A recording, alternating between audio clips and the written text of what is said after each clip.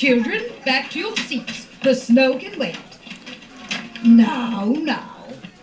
I've hired Professor Hinkle, the magician, to entertain at today's class Christmas party. So pay attention. Now, Professor Hinkle is just about the worst magician in the world.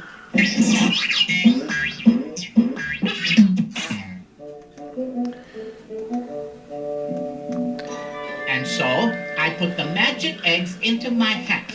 Abracadabra, to coin the phrase. And voila, the eggs have turned into... messy.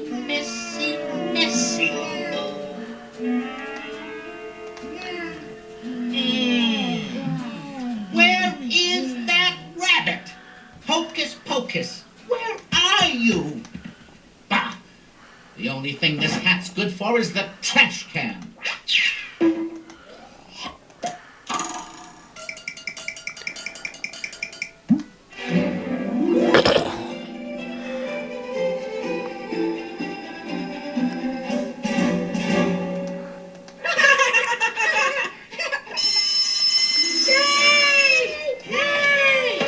You deserve Hinkle the Ouch for some